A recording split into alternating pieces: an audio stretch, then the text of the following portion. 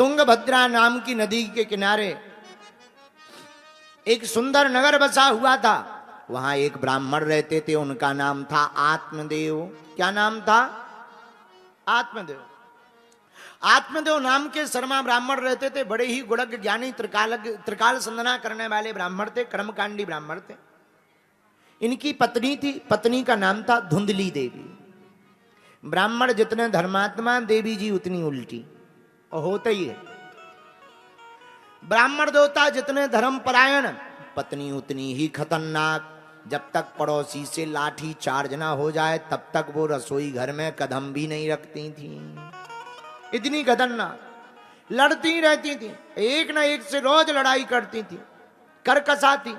अच्छा, लड़ाई ऐसी नहीं, जब लड़ाई हो गए सोई पानी का मटका लेकर के बगल में खड़ी हो जावे और पानी का मटका भर ले में धल्ले में। तो लोग पूछेंगे देवी माता जी और तो सब ठीक है, तुम लड़ाई लड़ती हो सो तो ठीक है, पर लड़ते समय पानी का मटका क्यों बगल में रखती?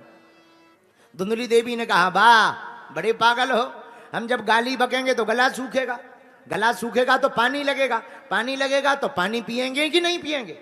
अरे महारानी, पानी अगर पीना ही घर जाके पी लो, वाह, जब तक अंदर जाएंगे तब तक तमाशा देखने वाले नहीं भाग जाएंगे। हाँ, इसलिए हम पानी पी पी करके गाली बकते हैं। बोलो सीताराम। ब्राह्मण देवता बड़े सीधे साधे, भगवान की बड़ी कृपा, सब कुछ घर पे था। एक ही कमी थी, क्या? कोई संतान नहीं थी। और पति बिन सूनी मांग, पुत्र बिन है घर सूना।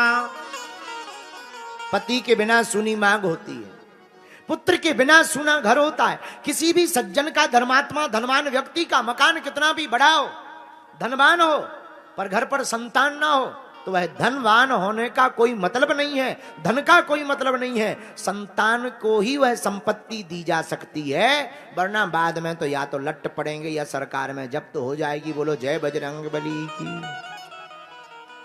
ब्राह्मण देवता बड़े हैरान, भगवान की कृपा से सब है, पुत्र नहीं है, संतान नहीं है। लेकिन भाग्य इतना विचित्र, घर में गाय रखी, उसने भी बछड़े देना बंद कर दिए। पेड़ लगाए, फल देना बंद कर दे। अब बड़ी चिंता हो गई, क्या किया जाए। अंततो गत्वा यही मन में विचार आया, मर जाना चाहिए। मरने के लिए जैसे ही वन में गए, विचार करते हुए बैठकर रोने लगे कि हमारा भाग्य बड़ा खराब है, एक भी संतान नहीं है।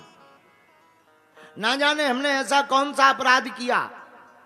उसी समय एक महात्मा वन से विचरण करते हुए निकले। उन्होंने बीहड़ वन में एक ब्राह्मण को रोता हुआ देखा। मन में विचार किया, लगता है कोई भगवान का भक्त प्रभु की याद में रो रहा है। महात्मा नजदीक आ गए, कहो पंडित जी क्यों रो रहे हो? महाराज क्या बतावे? अरे बतावो सो तो ठीक है, भगवान के लिए रो रहे हैं? नहीं नहीं महाराज, भगवान के कारण रो रहे हैं। क्यों? आपकी कृपा से सब कुछ है, एक ही कमी है, बेटा नहीं है। महात्मा मनी मन सोचने लगे, बाहर कर्म, हम तो सोच रहे थे भगवान का भक्त है, ये तो बेटा का भक्त है। पंडित जी बेटा किसी के नहीं होते हैं, सदा रुलाते रहते हैं, बेटों के चक्करों में मत पड़ो, भगवान का भजन करो, भगवान को पाओ। तुरंत पंडित जी महात्मा से बोले, आत्मदेव शर्मा, महाराज क्षमा करो, आप क्या जानो बेटे का सुख। पापा पापा कहता हुआ जब बेटा गोद में आता है, कान में रसगुल्ला सा घुल जाता है। आप क्या जानो बेटे का सुख। आप तो ठहरे महात्मा, आपके तो कोई है नहीं, तो तुम क्या जानो सुख।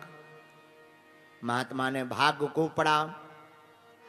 सप्त जन्मावधि, ए ब्राह्मण देवता, एक जन्म तो ठीक है, 7 जन्म तक तुम्हारे भाग्य में एक भी संतान नहीं है। ओहो, जहां इतना सुना सोई खपड़िया को पटक दिया चरणों में, पटाक। ए महाराज क्या कर रहे हैं? महाराज पहले तो एक ही गुना दुख था, अब आपने हमारा दुख 7 गुना बढ़ा दिया। अब तुम ब्रह्म हत्या भोगने को तैयार हो जाओ, हम अपने प्राण तुम्हारे चरणों में देंगे।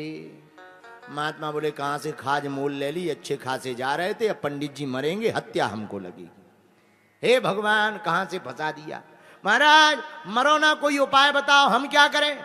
महाराज पंडित जी बोले, महात्मा जो बात दवा से हो न सके, महाराज जो बात दवा से हो न सके वो संत दुआ से होती है। जो बात दबा से नहीं होती वो संतों की कृपा से हो जाती है। कृपा करो हमारे घर पर किलकारी गूंजे। महात्मा बोले, प्राण बचाना ही उपाय है।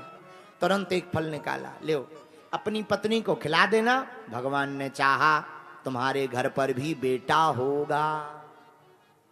जय हो महाराज। कोई नियम करना, हाँ क्या, बस भजन करना,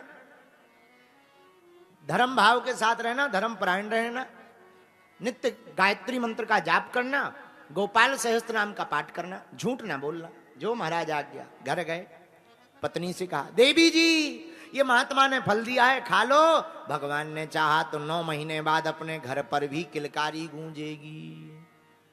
इतना दे करके गांव में चले गए बताने के लिए, हम सबको बता देवे, लेकिन भैया खुद नहीं खिलाया, यही गड़बड़ हो गई। आंखों देखे नहीं खिलाया। और देवी जी हरे होती हैं खतरनाक। धुंधली ने सोचा महात्मा ने फल दिया, खाएं कि ना खाएं, कहीं ऐसा ना हो हम खा लें, कहीं बस में ना हो जाए। चिंता में बैठी थी, तब तक पड़ोसन आ गई। पड़ोसन आई, अरे बहन क्या कर रही? बहन तू ठीक आ गई, मैं क्या बताऊं, मेरे पति देव ने ये फल दिया है, वो कह रहे इसको खा लो तो गर्भवती हो जाए। तुम ही बताओ कहीं फल खाने से बच्चा होता है? पड़ोसन ने कहा, बड़ी पागल हो, बाबरी हो, महात्मा का प्रसाद है, पालो, भगवान की कृपा हो जाएगी, क्या बिगड़ेगा, प्रसाद पाने में क्या बिगड़। अरे तू कहती है, लेकिन एक चिंता है। क्या? अगर मैं गर्भवती हो गई तो मैं दौड़ नहीं पाऊंगी। तो पड़ोसन ने कहा, तुझे कौन सा आर्मी में भर्ती होने जाना जो दौड़ लगानी है? क्या आर्मी में भर्ती होने जाना है? नहीं नहीं, आर्मी में भर्ती होने तो नहीं जाना है, लेकिन मैं सोच रही हूं कि शायद मैं गर्भवती हो गई, मैं दौड़ नहीं पाऊंगी और घर में आग लग गई, सब तो भाग जाएंगे, मैं मर जाऊंगी। पड़ोसन बोले, ये थोड़ी जरूरी है कि आग लगेगी, ये जरूरी थोड़ी आग लगेगी। तो धुंधली बोली, तू गारंटी ले कि नहीं लगेगी? पड़ोसन ने सोचा, कौन गारंटी ले, कल के दिन यही अपने हाथ से लगा दे, गारंटी जीतने के चक्कर में आफत हो जाएगी।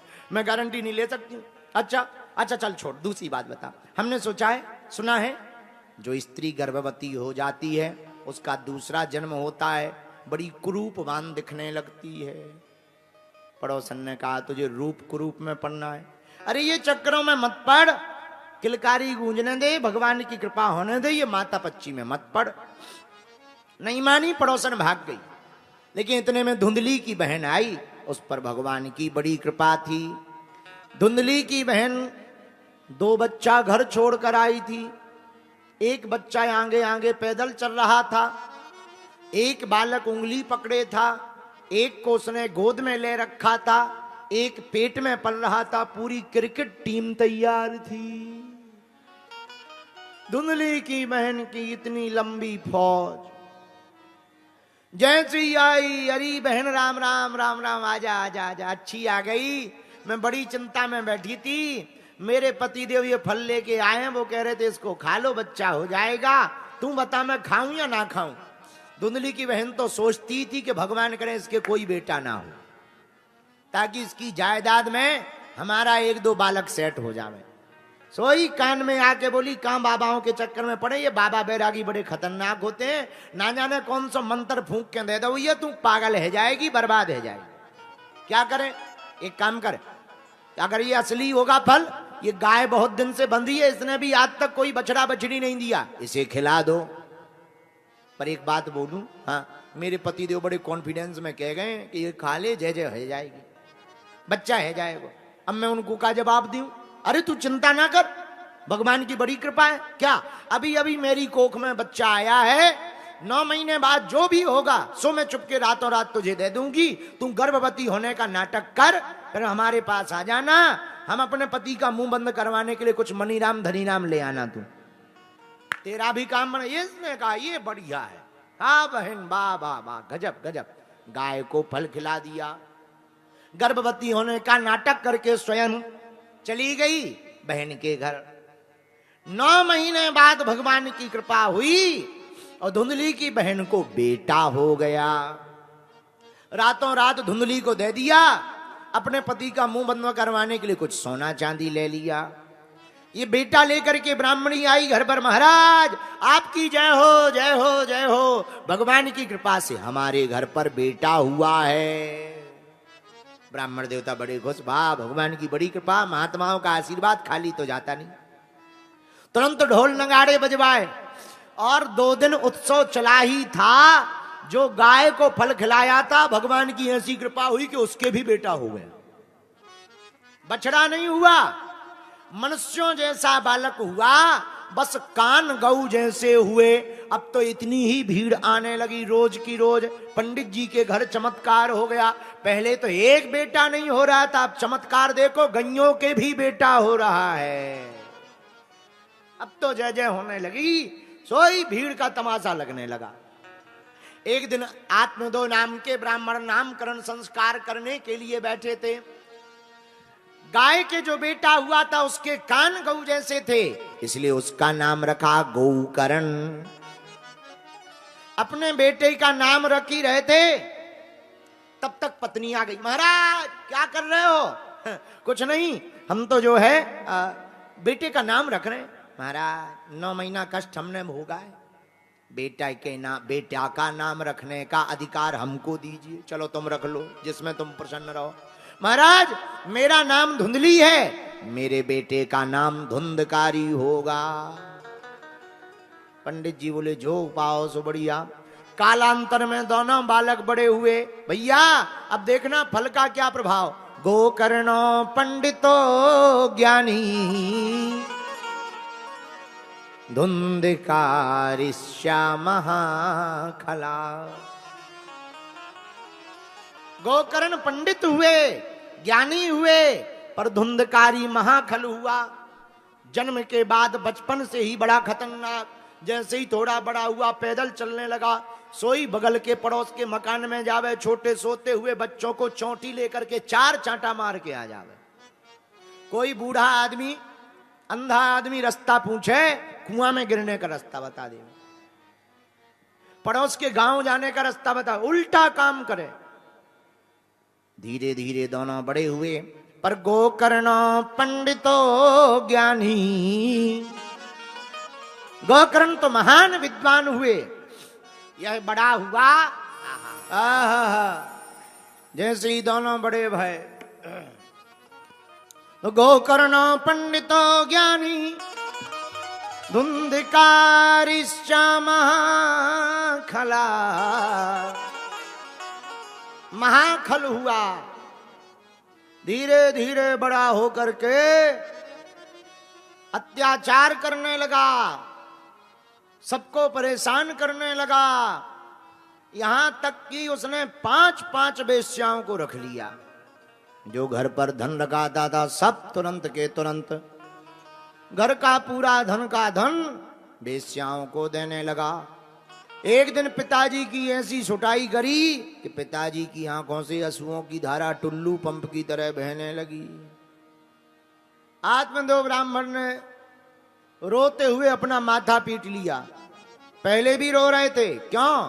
बेटा नहीं है। आज भी रो रहे हैं, क्यों? बेटा क्यों है? दोनों में रो रहे, आंखों से झरझर करते हुए आंसू गिर गए, मन ही मन रोने लगे। तब पिताजी की यह दुर्दशा देख करके ज्ञान दिया। गोकर्ण जी आ गए, हाथ पकड़ा, पिताजी आप ज्यादा परेशान ना हो। इस संसार में सुख और दुख लगा ही रहता है, यहां कोई अपना नहीं है, सब स्वार्थ के प्रेमी हैं। बात भी सही है। गोस्वामी जी ने अपनी वाणी में कहा, सर नर मुनि सबकी यह रीति, स्वार्थ लाग करें सब प्रीति। मेरे सज्जनों, मेरे प्रिय श्रोताओं, इस संसार में कोई अपना है ही नहीं, सब स्वार्थ बस प्रीति करते हैं। जितने भी दुनिया के लोग तुम देखोगे, माता पिता भाई भ्राता सुत सुहद नारी, सब स्वार्थ के लोग हैं। जब तक स्वार्थ होगा तो लोग राम राम करेंगे, स्वार्थ खत्म हो जाएगा तो लोग राम राम भी नहीं करेंगे। ये संसार की वास्तविकता है।